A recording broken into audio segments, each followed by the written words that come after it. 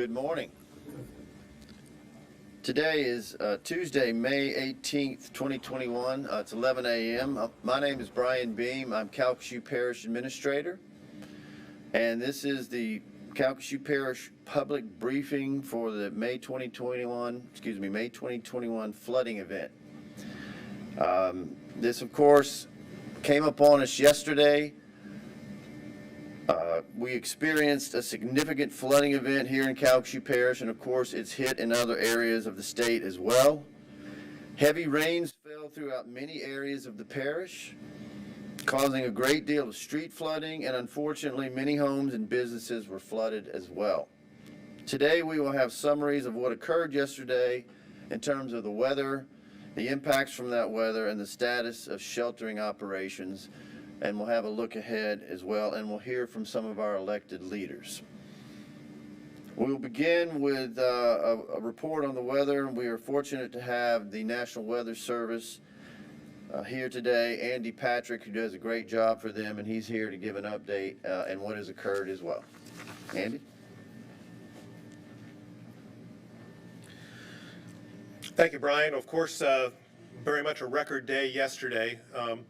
We were just reviewing amounts here early this morning, and I can tell you, and this is typical of a lot of rainfall events, significant rainfall events across this area, across Louisiana, particularly with tropical cyclones. But in particular, we were just talking rainfall amounts here earlier, and like the northwest part of the parish generally had anywhere from 5 to 10 inches. But when you got south of Lake Charles, that's where you got into the higher amounts. Some of the higher amounts, particularly between the Lake Charles Regional Airport and McNeese Avenue, was in the 16 to 18 inch range. So no doubt when you have that amount of rainfall in a very short period of time, and this was generally in a 6-hour time frame, there's going to be a lot of bad flooding issues regardless. So we are anticipating, as far as what's going to happen in the future, many of you have kind of noticed, fortunately a lot of the rain further south has stayed there during the morning hours. We're expecting some increase in shower and thunderstorm activity during the early part of the afternoon. But fortunately, we think a disturbance is going to push that rain further to the northeast. So I think by late afternoon and into much of the overnight hours, I believe we're going to see fairly benign type weather pattern, probably little, if any, shower and thunderstorm activity. We are expecting another disturbance to roll through probably close to daybreak, perhaps a few hours earlier into southwest Louisiana, and could certainly bring another round of heavy rainfall. And a second round is expected about 12 hours later into the afternoon. So we're thinking, as far as additional rainfall amounts, and we're going to say this is through Thursday, 4 to 6 inches. One thing to keep in mind again, though, is, and this is true with a lot of our heavy rain events, there's going to be a very relatively small area that's going to have a lot more than that, could be double. And so we're kind of thinking it's definitely not conceivable to think we're going to have another 10 to 15 inches. Now that could be just anywhere in central, southwest, or south central Louisiana. We just don't know where these heavy rain bands are going to set up. So that's just something to keep in mind during the day tomorrow. We do think the rain chances, or at least the chance for more organized excessive rain, will lessen as we head into Thursday and Friday. That doesn't mean we're not going to have any showers or thunderstorms. They could provide additional localized flooding, but we think that, at least as far as the rainfall is concerned, the bulk of that we think will end probably Wednesday, if not Wednesday could be the soonest, but certainly by Thursday, end of day Thursday, we think the bulk of the heavy rain threat will end for southwest Louisiana. As far as what's happening along the rivers, the lower Calcasieu White Oak Park will likely remain in major flood category for at least, we think, through the end of the week. One thing to keep in mind too, and this is true with the Sabine River, the lower Sabine River as well, we're going to be having increasing onshore winds, and that will likely prevent a lot of drainage. So expect any levels along the lower Calcasieu, the lower Sabine River, to probably fall very slowly. And that doesn't necessarily even take into account any additional rainfall that may fall upstream as well. So, are there any questions?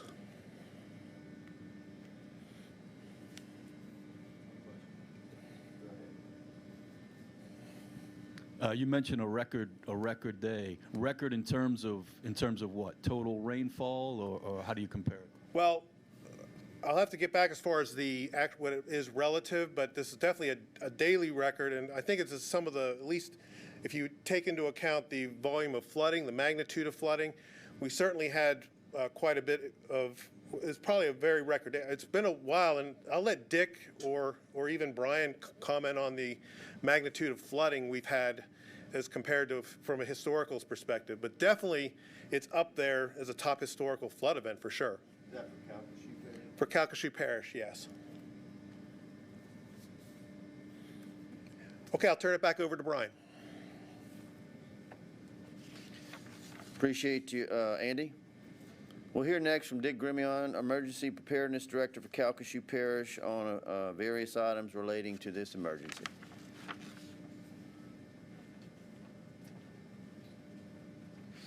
Thank you, Brian. Earlier today, Calcasieu Parish Police Jury President Brian Abshire signed an emergency declaration for Calcasieu Parish for this event. One of the components of that, and Andy just talked about the river flooding, we are in consultation with the sheriff closing the Calcasieu River from the saltwater barrier northward. The river has potential to rise very rapidly. We're already having complaints about people, joyriding and things like that. The sheriff may comment on that later, but just wanted to let you know that. We're getting calls about help for various things, help with their flooded houses and things. As of right now, there is no federal declaration, but we will be working towards getting the information to apply for that. Right now, if you have an emergency, call 911. If you need help of a volunteer nature, call 211. And one last thing we'd like you to do, the State of Louisiana GOSEP has opened a portal where you can self-report your damage. This is very important because the amount of uninsured flood homes is going to be part of the determinant of our declaration for the emergency. So you would go to damage.la.gov, damage.la.gov. You can, there'll be a way to report your damages there. And as I said, it's very important because each of those reports we get helps us along on the overall declaration for this event. I think that's my part for right now. Question? Oh, I'm sorry. Yes, Teresa. Are there any estimates as far as how many structures, homes and other structures were flooded? And I just want to clarify, obviously, there are some people in wet homes and they don't necessarily need to be rescued, but where can they go if they are, living in circumstances that are just unhealthy? Well, if they're in a circumstance like that, Teresa, they'll need to call 911, and one of the rescue agencies will go out and assess what their needs are.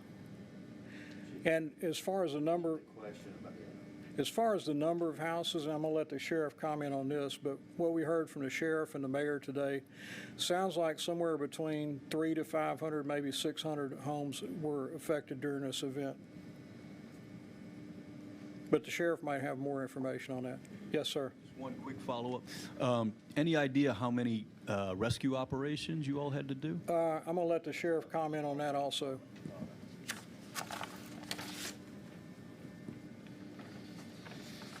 We'll go back to an earlier question about the weather level or rainfall level. I believe, Mike, what we were told by the National Weather Service earlier today, that the rainfall amount within a 24-hour period that we experienced yesterday was the third highest on record for Calcasieu, going back to, I believe, the mid-1800s. So the key there is the short duration of the rain. 11 inches or 15 spread over a few days isn't near as bad, but in a 24-hour period, we saw what happened. So That's a good segue to talk about the search and rescue efforts, since y'all had questions on it. And Sheriff Mancuso and his folks have done a great job with this, and he's going to update us on what happened yesterday and some numbers as well. Tony? Well, I really wish I knew what to say to our citizens right now to give them some encouragement, because they've been through so much the last year. But just hang in there. We're gonna get through this together, and we're gonna fix it. I know some people were just getting their homes back in order, and now they have water in them. So again, my heart goes out to you, and we're gonna pick up the pieces, and we're gonna move on and try to do better and get better each time. We learn from each of these events, and we're gonna make it. I promise you, it's gonna be tough, but we're gonna make it. So yesterday, obviously, we had a busy day. Teresa, to answer part of your question, yeah, we figure best guess estimate is 300 to 500, possibly 600 people were displaced that we picked up. You know, we had over right at 400 calls for service. We did have the National Guard here. Colonel St. Romain is here with us. The Wildlife and Fisheries, Captain Savoy is here. Many of our fire department, Lake Charles Fire Department, were doing rescues. So we, about 11 o'clock last night, felt like we finished as far as, and when I say rescue, it wasn't anybody drowning. It was just people that wanted out of their house and were getting water in their houses. So I don't want to use the term rescue as if we were, getting people in dire straits. Although we did assist Acadian, I think the National Guard and ourselves did, and the Wildlife Fisheries assisted Acadian ambulance in getting some critical patients that were in trouble, whether it be oxygen and needing oxygen and medical emergencies. I think we had around 20 of those that we assisted in that form. So to get an accurate count right now is just kind of tough, but we're working on that for you. Displaced people, I can't say enough for Trinity Baptist Church last night for opening their doors and letting us bring people there. I think this morning, the mayor and I talked. He actually went over there. We had about 150 people still there this morning. That is dwindling and going down now. I think you asked the question of what people can do, and I think we're working on that right now. Should we have the need for that? We're kind of seeing where that is going right now, whether there's really even a need for that. Brian and his staff are working on that. I think that's what he meant a while ago when he asked that question about, or Teresa, I can't remember which one of you asked that question, but I think we're going to work on that as need basis. Many of our faith-based groups have said they were prepared to help us with that in the need for that. So it's really a matter now of call 211. I think if it's a non-emergency and you are worried about, that is the best resource to call, and that gives us the ability at that point to assess and see what our needs will be. So emergency, life-threatening, you're in danger, call 911. Other than that, call 211, and we'll try to work on those needs for people. But I can't say enough for our partners, the National Guard. They were here.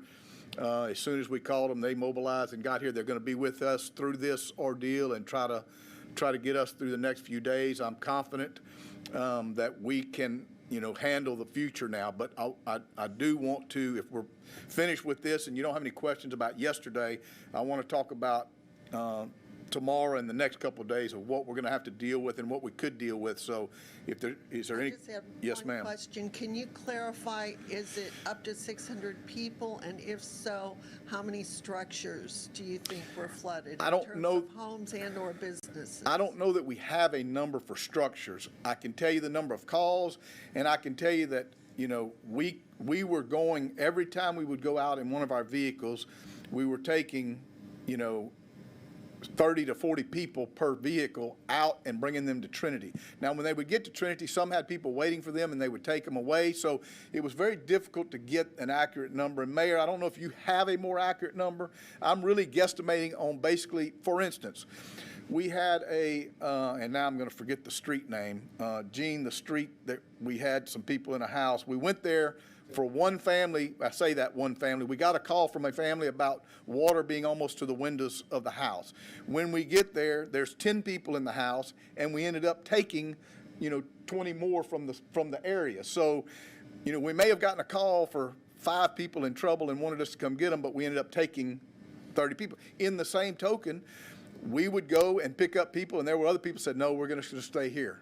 And they didn't want to leave, and they had water in their houses. So that's their choice. They were not in any danger, but they were having to live in conditions of high water. So it's hard to guesstimate really until hopefully, and Nick, again, Mayor, you can elaborate on this, or Brian, that number that we asked them to call will give us a better and accurate number for that, to get an accurate count of what took place yesterday. I can only go by the call volume that we had and what we didn't sit there and keep count of who we were rescuing. We were more concerned on getting them to the church and getting back out there and getting the rest. Because at one time we had about 190 calls on backlog waiting, because we were just getting them back, and so we cleared that up about 11 o'clock last night, that call volume. So. Yeah, just to clarify, when you mention those numbers, I think you said 300 to 500. You're talking individual people who you all, not households. That's correct. Right, individual people That's who you correct. all had helped out and brought. I think there's going to be hundreds of houses that were affected in businesses. I really do. I think there's going to be hundreds. I don't know about thousands, but I think we could reach 1,000. Again, I have no way to measure that at this point. The best way we can do that is for people to call and tell their damage. But I know it's a lot.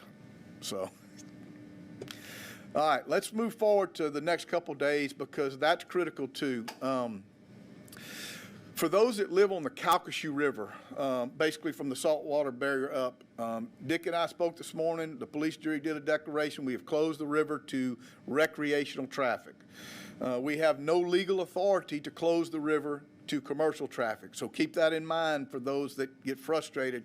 Commercial traffic is legally obligated, and we cannot deter that from happening nor stop that from happening. So we have closed the river to recreational vehicles, and we're asking people to respect the people that live on those rivers.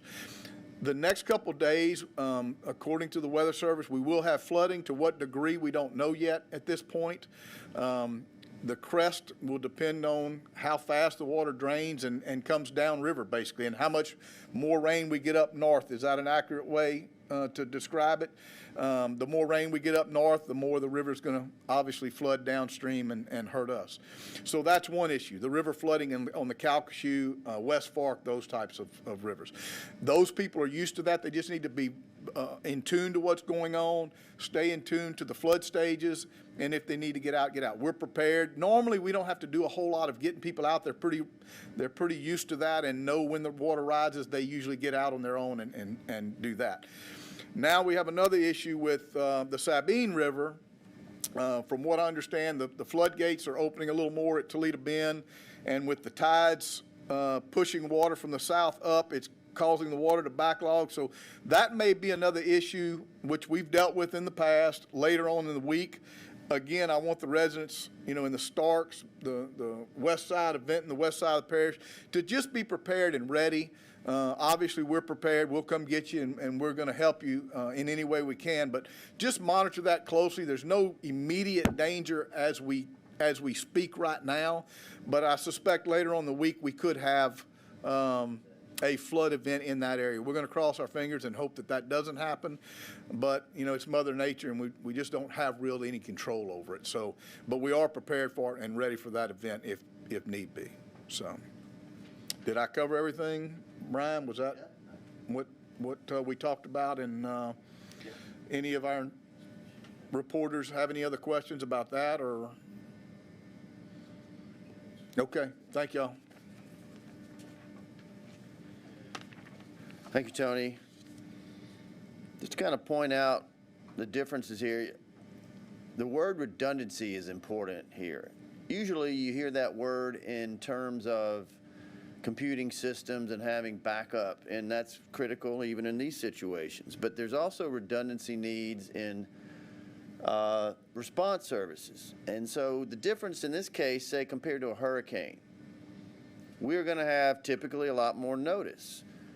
And so the sheriff's office, fire departments, police departments, others, National Guard help a lot with search and rescue.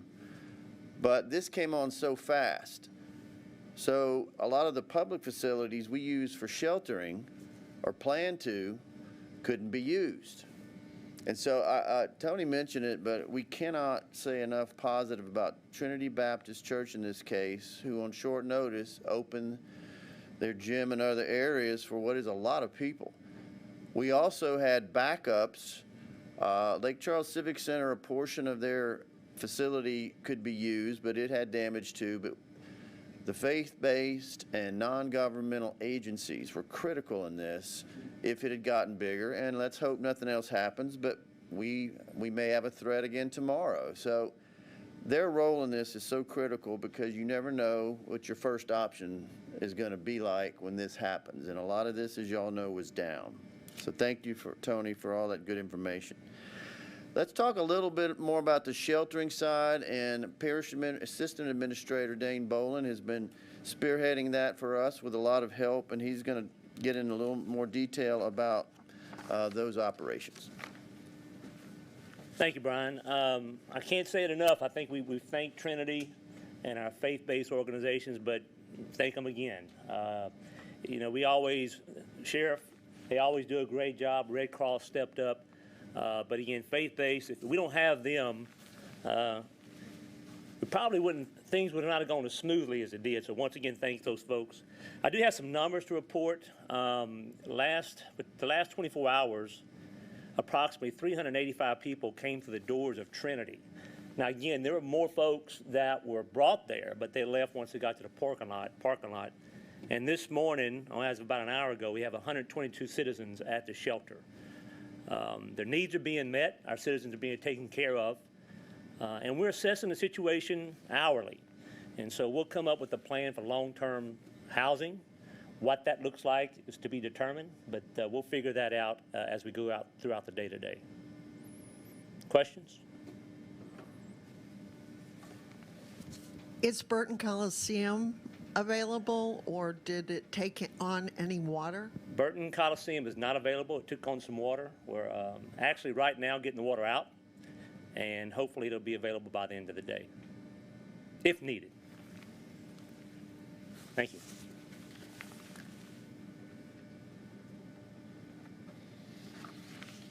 Thank you, Dane. And as with the sheriff, there's so many people you can't name that helped in this, on search and rescue or in sheltering. Dane's reporting on that whole effort, but the volunteers and public and private help is critical. Before we hear from a few of our elected officials, just want to touch on the utilities issue, which of course was so big in both the hurricanes and the winter storm we had. We were more fortunate this time around, and in the city systems, as far as all the cities in the parish, by and large, the water systems, drinking water, and sewer systems are working fine. There have been a few challenges depending on where you are, but I think those have gone relatively well. We all are aware of the importance of the broadband and internet connection for the whole parish and private, public schools, et cetera. And Suddenlink has had some outages, but it is they're reporting that most of those have been fully restored, and there may be an exception here and there, but that should be functioning well across the parish. Entergy did have power outages. I think earlier today it was in the neighborhood of 2,600 structures. I think that number's probably way down by now. I don't have any direct numbers, but that should be solved. If not already, it should be solved pretty soon in most areas of the parish. So that's mostly good news in terms of any utilities. So with that, let's hear from some of our elected leaders. We'll start with Police Jury President Brian Abshire. Could I just ask? Oh, sure. You have a question? We are getting a lot of complaints from people who say that the roadside ditches and the drainage laterals have not been adequately cleaned out since the hurricanes. And I just thought you might want to address it, and possibly some of the elected officials. I'll briefly mention it. The question or the concerns coming from some residents about debris in the ditches and how it may be hampering our ability to prevent flooding. Let's be clear, there's no question the debris from the hurricanes, especially Laura, is significant. And it will take a long time. All the 2 drainage districts in the parish, the consolidated, have been working hard, continue to. Cities, parish. It's hard for people to understand the magnitude, however, of the job. It will take probably multiple years, certainly more than a year, to clean out drainage laterals in the parish from the storms. Having said that, it definitely creates bigger problems, but it's not from not trying to address it, and it's just, I don't want to say it's an excuse, but I think it's a very good reason where you get this many disaster events back to back. There is just no human way to fix that problem that is bigger than anything we've ever seen. So we acknowledge the problems, know we're dealing with it, and yet in some cases it's not near as bad as it could be. That doesn't make people feel good who are flooding, but we're very aware of that problem. Well, and some people say that they're frequently told, well, you're on the list, you're on the list. Are these lists available for people to look at so that they have some idea where they might be? Well, first of all, you have 2 drainage districts, 6 cities, and the parish. So they're all responsible for pieces of the system. I think people learn that by now. And we do work together. I've heard it a couple of times that people don't mean it, but, well, it's not us, it's them, it's everybody. And there is no, magic list. It's more of they're going to track I know the cities do it, we do it, the districts do it. They track every report. In our case, we have a very sophisticated data collection software that allows us to know everybody who's reported it down to the address. And so you look for patterns and try to determine what's the best way to try to clean that. In some cases, you may think it's right near an intersection when the fact is the problem is 2 miles down a drainage lateral, and it just depends. But there is no certain list that's publicly viewable. That's just how each department handles it. Okay, thank you for the question. Police Jury President Brian Abshire. Thank you, Brian. I just wanted to let everyone know that our hearts go out to all those who've been affected by the flooding. It's very hard to plan for an event like this, especially when it's expected one thing and then you get 3 times as much rain. So just know that right now we're doing our best to plan for what's ahead of us. But going forward, it's going to be more about recovery. That being said, as we learned in Laura, please verify. Everyone's going to be anxious to start repairs. Please verify licenses and insurance with any contractors that you hire. And if you have questions, the Better Business Bureau has helpful tips on their website. You can always go there to get ideas on how to hire contractors. That being said, let's all stay safe and do our best to prepare and mitigate for what's going to come tomorrow and tomorrow morning. And next up, I believe we have Mayor Nick Hunter.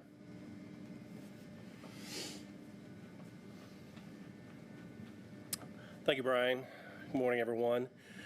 Want to let the public know that I've spoken with the governor a couple times over the last 24 hours, and he has offered any help that the state can provide.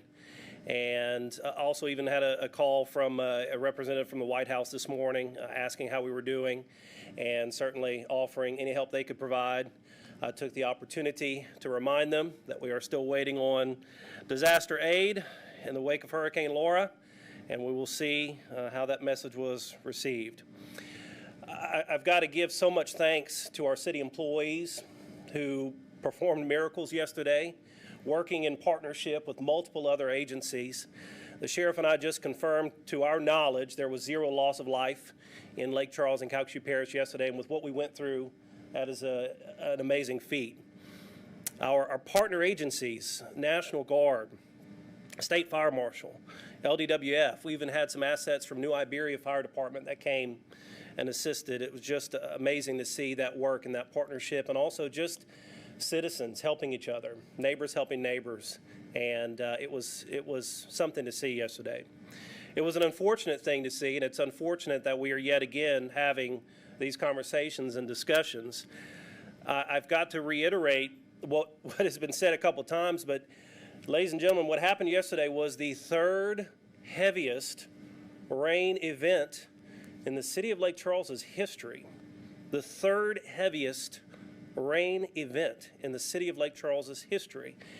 It will eclipse what we traditionally consider a 100-year event. And it is becoming a misnomer because we are experiencing these 100-year events much more often than every 100 years. What we experienced yesterday was more rainfall than Hurricane Laura. In certain parts of the city of Lake Charles, more rainfall than Hurricane Delta. I am very confident that we will have more structures in the city of Lake Charles that flooded yesterday than flooded during Hurricane Laura and Delta combined. I've spoken with nonprofits, many of whom who are in Lake Charles 365 days a year. They stand ready to provide every ounce of help they can. I've spoken with some nonprofits and faith leaders who are stationed outside the city of Lake Charles, who were here in the immediate aftermath of Laura, and they plan on mobilizing and coming back to help. I can't thank them enough. Trinity Baptist Church did a wonderful job, and I thank them. I was able to visit this morning. It was very professionally run. I want to thank the sheriff's office for having some deputies there, and it was a great partnership between the police jury, the sheriff, Trinity, and of course the city of Lake Charles stands ready, and we were ready last night in case Trinity Baptist Church did become over capacity. As we stand here today, we are roughly 265 days post-Laura, and I will not say that what happened yesterday would have been prevented had we already achieved a supplemental disaster package from Washington, D.C. I believe that is a false statement, and I'm not going to peddle false statements because it might be politically expedient. But I will say what happened yesterday has got to be a wake-up call to Washington, D.C., that Lake Charles and Southwest Louisiana is languishing right now. We need help. We are going to do our part. We are not sitting on our hands.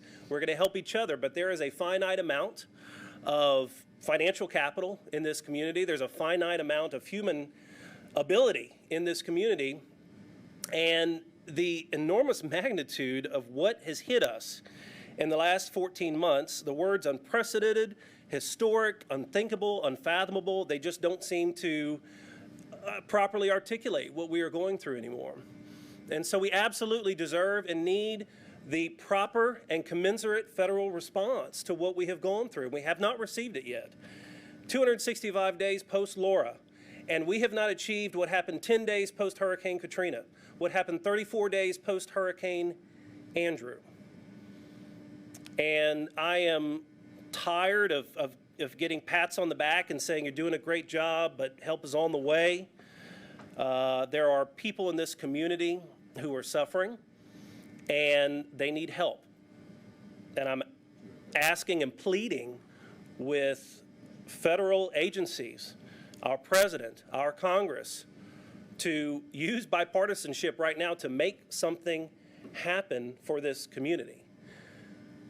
President Trump and the 116th Congress had a chance to act, and now President Biden and the 117th Congress have a chance to act. Again, I will not say that had they acted 3 or 4 months ago, what happened yesterday would have been completely preventable, but it will take a local, a state, and a federal coalition for this community to harden our assets, to become more resilient, and the effects that we are feeling right now from these monstrous events are wreaking havoc upon systems designed by man that were designed 40 and 50 years ago to deal with these events once every 100 years.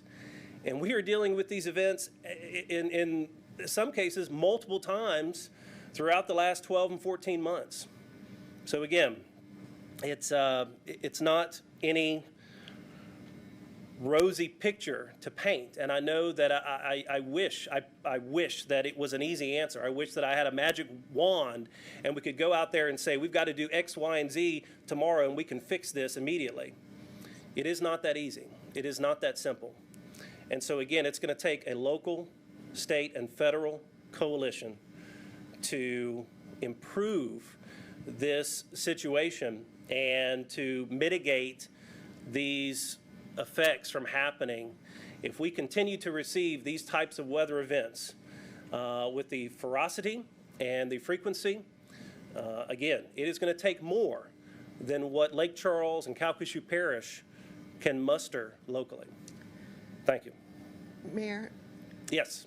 what are the primary needs that you hope federal aid will address? I'm wondering if it's housing and infrastructure. And sometimes when you talk about federal aid, you're talking, primarily about infrastructure and stuff. To what extent are you hoping it will address the housing needs of so many people?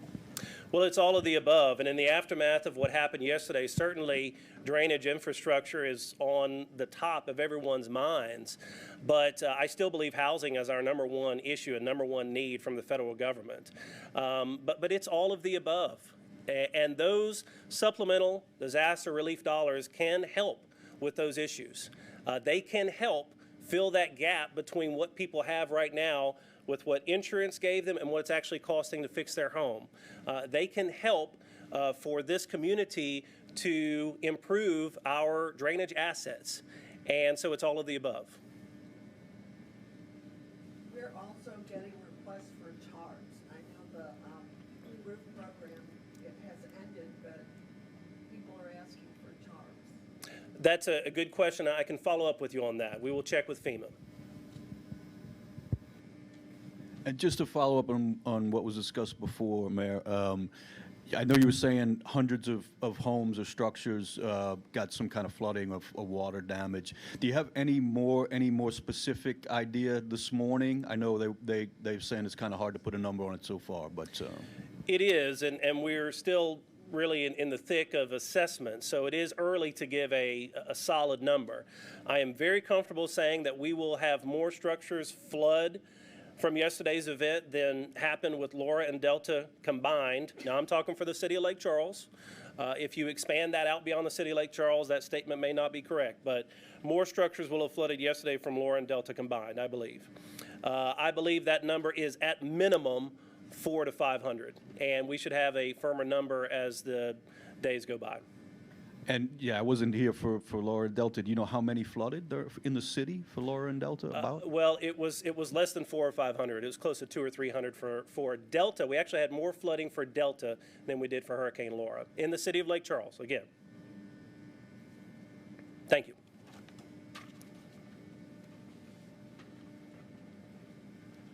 Thank you, Mayor. Before we ask Mayor Danahay to come up, just a couple of updates. Entergy is now reporting that they are down to about 230 customers without power. So that number is much lower than I mentioned earlier. Also, this has to do with the police jury. The Calcasieu Parish Planning and Zoning Board meeting, which was scheduled for tonight, has been canceled due to the this flood event and unknown weather coming. And the Calcasieu Police Jury meeting that it was scheduled for this coming Thursday, the 20th, has been canceled as well. Both of these will be rescheduled for next week, and that will go out in an immediate notice probably later this week. We are appreciative of having Mayor Mike Danahay from Sulphur with us today, so we'd like to hear from him. Thank you, Brian. Last night, we lent our high water vehicle to the sheriff's efforts, and we went out last night, our police department did, and did some rescue there. Actually picked up a principal and some students very late last night from one of the middle schools and took care of their needs. We appreciate that. We're going to continue to do that. Our first responders, our police and fire will be on alert, or are on alert, and will be throughout this event, so that anybody that needs any emergency assistance, they'll be there for them. We also have had our employees out in the last couple of days cleaning all our drain basins in the city of Sulphur to aid in any drainage in light of these events. In addition to that, we do have a sandbag station set up at 1551 East Napoleon, the corner of Napoleon and Begles Parkway, for anybody who wants to be able to come and get sandbags. Make sure you bring a shovel. That's not provided. So anything of those that need will be there for you. Besides that, we're just anticipating this rain event, of course, and that we will do everything possible for our citizens to be able to help them through this situation. Thank you. Yeah, yes, all means. A couple of things. I was wondering if you had more details on the middle school, how long they had been there for. Is that students and teachers who had been there all day, pretty much? They had been there through the evening, as I understand. Okay, and you know about what time you are? No, I do not know. Okay, all right. And do you know for Sulphur about how many homes or structures got some kind of flood damage? Unfortunately, we did not get the amount of rainfall that Lake Charles did, and so we didn't have any flooding event, any structure that I'm aware of at this point in time that were impacted by the rain. And hopefully we won't. So. Sorry, what middle school is that? I'd have to check and find out. F.K. White Middle School. So, okay. Thank you.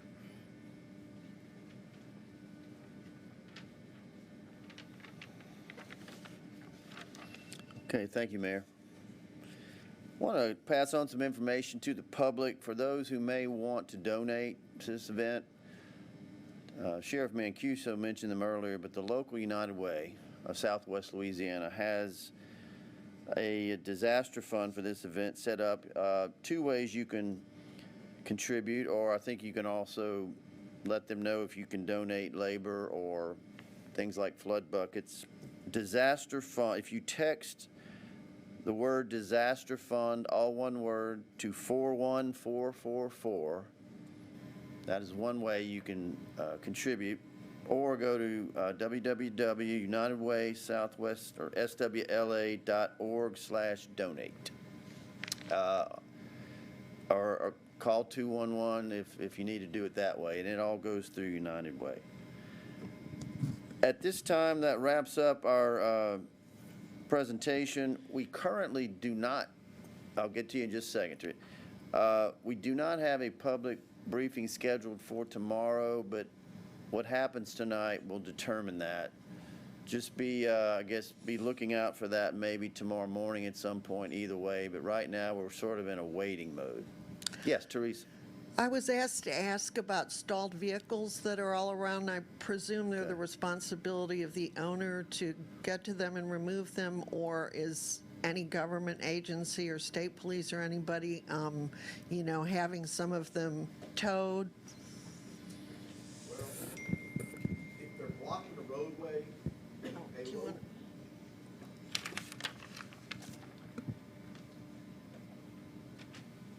yes, it is the responsibility of the car, the owner of the cars. We try to be very patient under the circumstances. We know some people are already stressed out enough, so we're trying to not make a big issue out of it, but they're going to have to come retrieve their cars. If they're blocking a roadway, a local police department, whether it be us, the state police, or one of your local police departments, will have the cars towed to get them out of the roadway. And the owner will have to go get them out of impound, and that's just going to cost them more money. So the easier and the fastest way and the most economical way for them is to retrieve them themselves, get somebody to help them, get a tow truck. But if they are blocking a roadway, then they are going to have to be removed. If their car is towed, how do they figure out where it is? Just call one of your local police departments. They should have they will have if they towed it, if they were the ones that had it towed, they will have a record of it. So depending on where you were, if you were on the interstate, like they had several cars that were, on the interstate system that got clogged up on an on-ramp, it may be the state police. If it was in the city of Lake Charles, it could be the city police. If it's on a parish road, it could be us. So just depending on where you were, call your local police department. They should know the answer of if it got towed, where it got towed to. So if we were the ones that called for the tow truck. So, and the only way we would have done that would have been if it was literally blocking the roadway and was a hazard to our citizens. So otherwise, we're trying to be patient and letting them come get them off of medians and things like that. So. Thank you, Tony. Just a reminder, again, if you, anybody watching this or getting this information did experience flooding, it'd be greatly helpful if you can go to damage.la.gov, and there is a short form to fill out so we can get as most accurate information on what structures flooded. Again, damage.la.gov.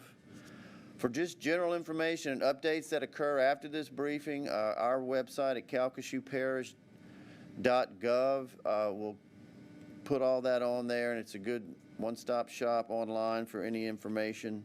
Or, of course, contact the applicable city or sheriff's office, depending on your needs. That will conclude our public briefing today.